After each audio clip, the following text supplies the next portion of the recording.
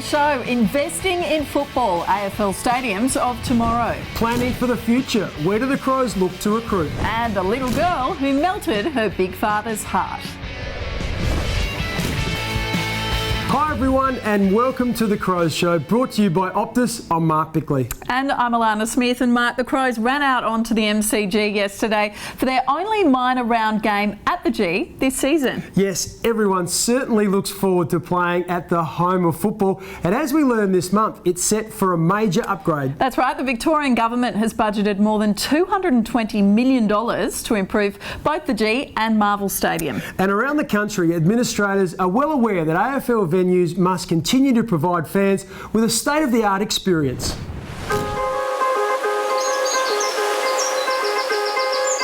Adelaide Oval set new standards in Australian stadium design.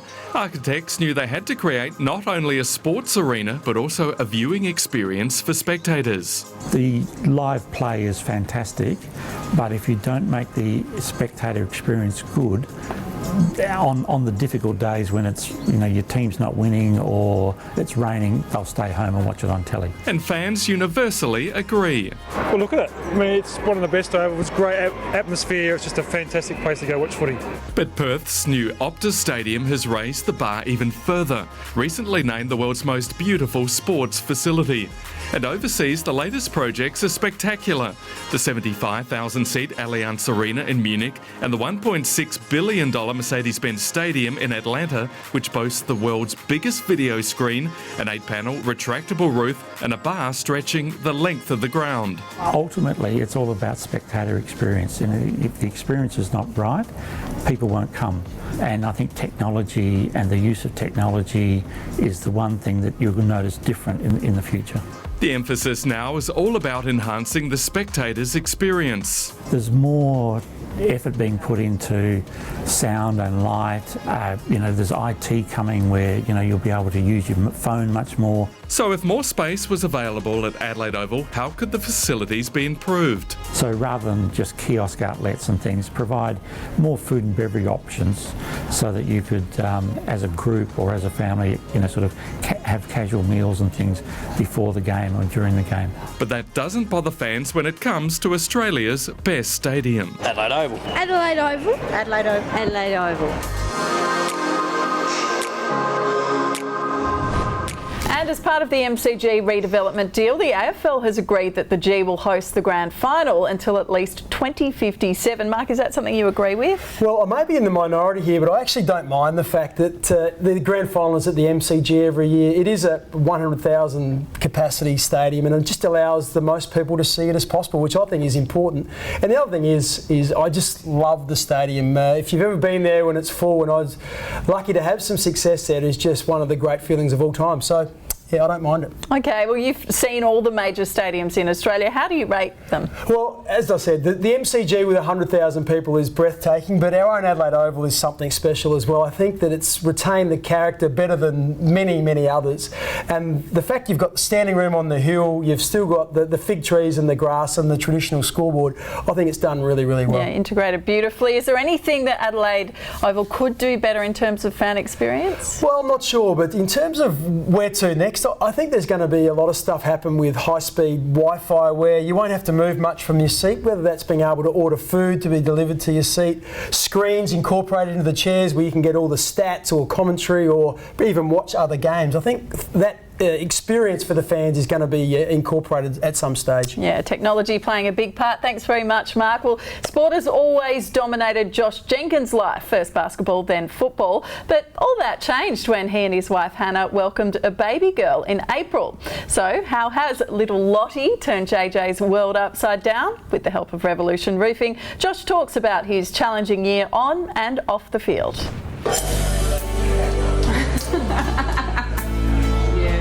Yay! When you've got a little one there who has no idea of what's going on, they just want to play with you and smile and have fun, and so that just gives you an outlet that you've never had before and you can never experience until it happens. So that's probably the best part about it, is those lows are not so low when you've got a little one to go home to.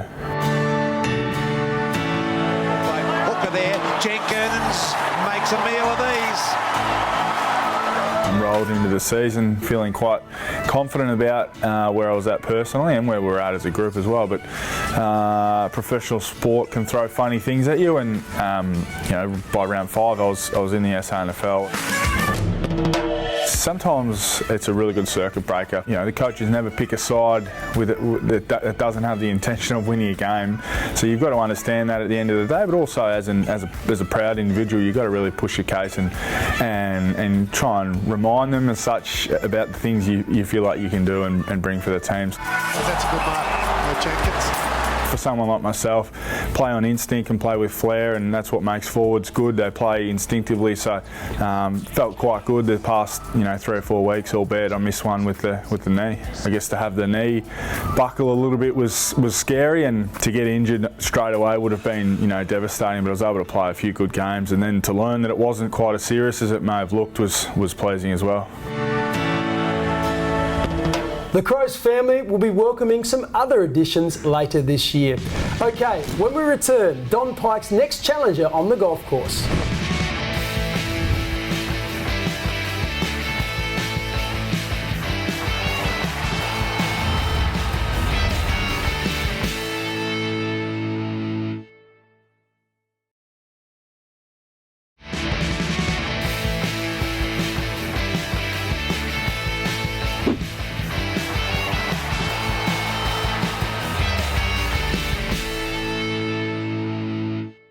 Well, the Crows have only 2 remaining home games against the Saints next Saturday night and Collingwood 2 weeks later. For tickets to both games, go to ticketek.com.au. Over the years, Brodie Smith has made it his business to get to know as much as possible about his teammates. And each week, thanks to Thomas Farms, we put his memory to the test.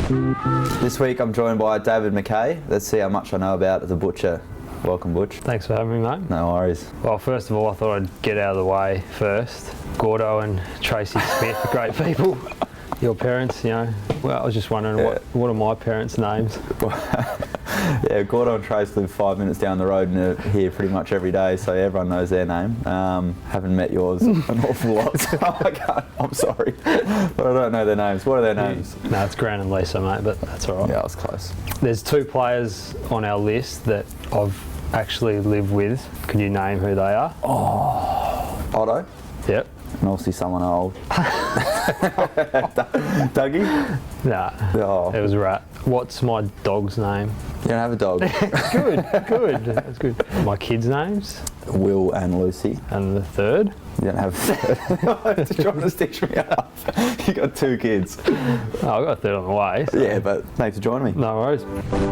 It's now 25 years since Don Pyke won his last premiership for West Coast, but he was happy to share those memories with one of Adelaide's most recent premiership players, the AFLW's Courtney Cramey. In between, they had time for a 1-hole par 3 challenge at Glenelg, brought to us by Optus. Hi guys, welcome once again to the Optus 1-hole challenge here at the Glenelg Golf Club, and I'm joined today by our 2-time AFLW premiership player in Courtney Cramey. Welcome along, Courtney. Thanks, Don. Good. You're a bit of a golfer, I hear. Oh, I don't mind the golf. I'm a trier. Let's just say that. Tee's yours. We've got about 105 metres in today to this little hole, so you're away. Enjoy. That's all right. Bit too much. Hit a tree, I reckon. Hit the tree. Lovely. Oh, get on there. Oh, obviously last year's grand final was a incredible experience, I'm sure, given both the crowd, but probably a sad one, given obviously some of the injuries you guys suffered. So what was your reflections on that day? Yeah, it was an unreal day. I think a moment in history for women's sport generally, not just AFL. But as you mentioned, Chloe going down with a knee and Erin going down with a knee put a bit of a dampener on it. But to get 2 premierships in 3 years of AFLW is pretty special. All right, well, let's see where we are. I can see one ball. Oh, get out. Oh, that's close.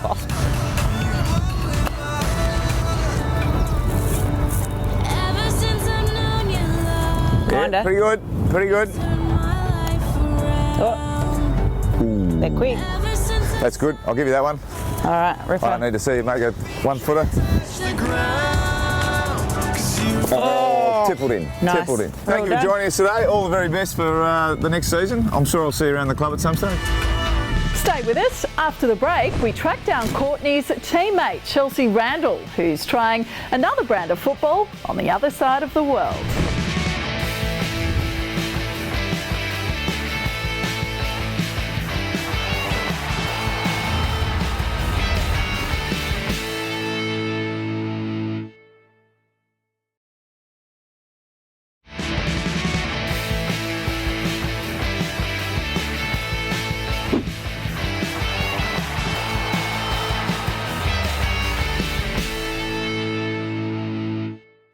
Well, there's no rest for dual AFL Premiership co-captain Chelsea Randall.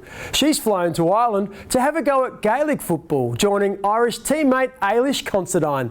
For the next few weeks, Chelsea and fellow AFLW player Mariana Rajcic will adapt their skills to the round ball game, while at the same time maintaining fitness for the next AFLW season. The Adelaide Crows are AFLW premiers for the second time in 3 years. Yeah, I guess what inspired the trip to come to Ireland in the first place was back in January. I knew that after the AFLW season I'd need to have a holiday, something to look forward to and just get away. And I've always wanted to go to Ireland, and having a teammate in Ailish being from Ireland, it obviously just made it easy to learn a little bit more about her culture, and then the idea behind it of, well, I can come training with her and potentially even play a game.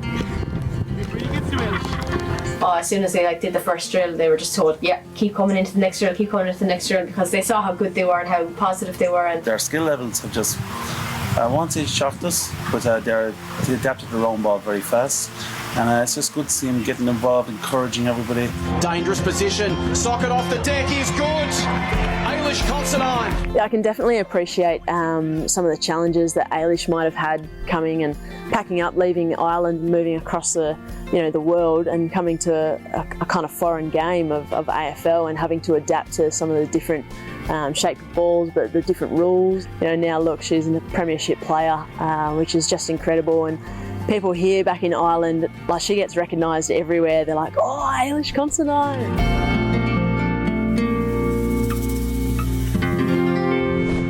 Chelsea will return to Adelaide in a few weeks. Now, when the Crows named their inaugural squad back in early 1991, there was one player they would have liked to pick. But Richard Champion had been drafted by the Brisbane Bears 2 years earlier and went on to play more than 180 games. After football, he turned his talents to television, as he recalls in this segment brought to us by Flight Centre. Representing the Australian Football League, it's Richard Champion. Just one of those opportunities that comes up that you just don't knock back. Now Richard plays full back for the Brisbane Bears. Richard, I said full back, not fallback. No points. Those reality TV shows, those fun things that you don't get asked twice to do, you do it. You can't take life too seriously. Through he goes. There's full points for Richard Champion in the AFL. Yeah, the Rat was on it with us. We come second. We should have won. Probably my fault. We had goals kicked on him. Going to kick on himself from the boundary line. Good effort. Richard Champion, back goal. The highlights for me, which you don't see much these days, is the opportunity to play on your big full forwards. If you look back through the 90s in particular, every team had a gun full forward and were capable of kicking 100 goal. I unfortunately just finished before the premiership years come along. I retired 1 year too early, but in hindsight, could have I gone on for another year? Possibly, but you just don't know, do you? I think I've been up here more than half my life, so that clarifies me or qualifies me to be a Queenslander now. I've made this home since I finished up 19 years ago. It's gone really quick, but it's a wonderful place to live and a nice place to raise a family.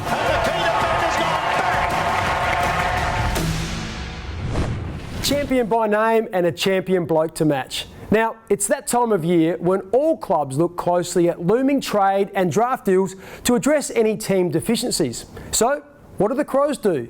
Here's the Advertiser's Reece Homfray. Well, as the Crows continue their charge towards the finals, one glaring deficiency in their game that's shown up in the last couple of weeks is leg speed. GPS figures released by the AFL earlier this month showed some alarming statistics. The Crows were ranked last for total distance covered this season, last for total sprints and second last for total high-speed running. The move to get Brodie Smith and Wayne Miller into the midfield and forward of centre has been a good one. Both have provided some much-needed zip around the ball, but Coach Don Pyke needs to do more. We've seen a little bit of Chase Jones. Be good to see more, but we know he can play at the level. Jordan Gallucci's quick, and Ned McHenry, by all reports, is a running machine. Senior coach Don Pyke should have a look at all three very closely for the last month of the season. Thanks, Reece. Still to come on The Crow Show, the youngster who became caught in a high-stakes tug of war.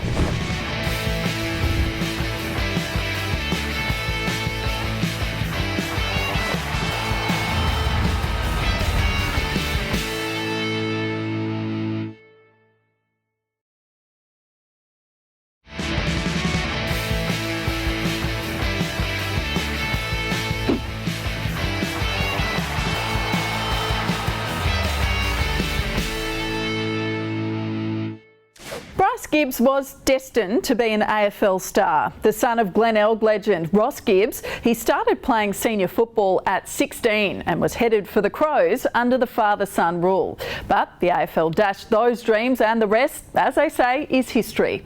Thanks to Toyota Good for Footy, Bryce takes us back to his early years when his prodigious talent first emerged.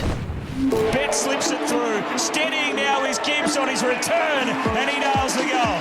So I played my junior footy at Plympton Football Club. Just come through the junior ranks there, under 9s, under 11s, under 15s I think it was back then. He's considered the best 17-year-old in the land, likened by AFL recruiters to a young Nathan Buckley or James Hird. So after Plympton, played some games in the under-17s at Glenelg, and then was lucky enough to, at the end of that season, get a couple of reserves games in, which was a great experience. Was lucky enough to get a game and debut for Glenelg in the seniors. I think it was a proud day for Mum and Dad to sit up in the Glenelg stands and watch me play my first game at the Bay. Obviously Dad played a lot of footy for the club, and I grew up around the change room, so yeah, to play a handful of senior games for them was special for our family. It's good that it's happened now, and you know I can just really looking forward to training and getting on with it. I was lucky enough, Carlton flew over the week before the draft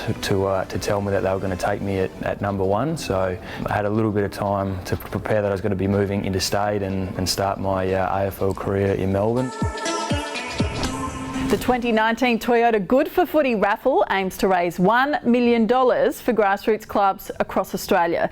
Do your part to support local footy and buy a ticket. Go to toyota.com.au/AFL raffle and help raise some serious cash for local clubs. And Toyota also rewards our Crow in the Crowd each week. This season, our camera has been focusing on fans at Adelaide Oval's Southern Plaza, and that's where we spotted you. If you recognise yourself, contact the club by 5 p.m. next Wednesday. Have some photo ID handy, and a merchandise pack will be yours. That just about wraps up today's show, brought to you by Optus. Next week, the former Crow who's found some hot form in the sun. Jared Lyons talks about life in Brisbane. Remember to keep an eye on @The Crow Show on Twitter for all the latest news, and also check out the club's social media accounts, Facebook and Instagram. Well, thanks for joining us today. We look forward to your company again next Sunday at 11:30 on 7. We'll see you then. Bye for now.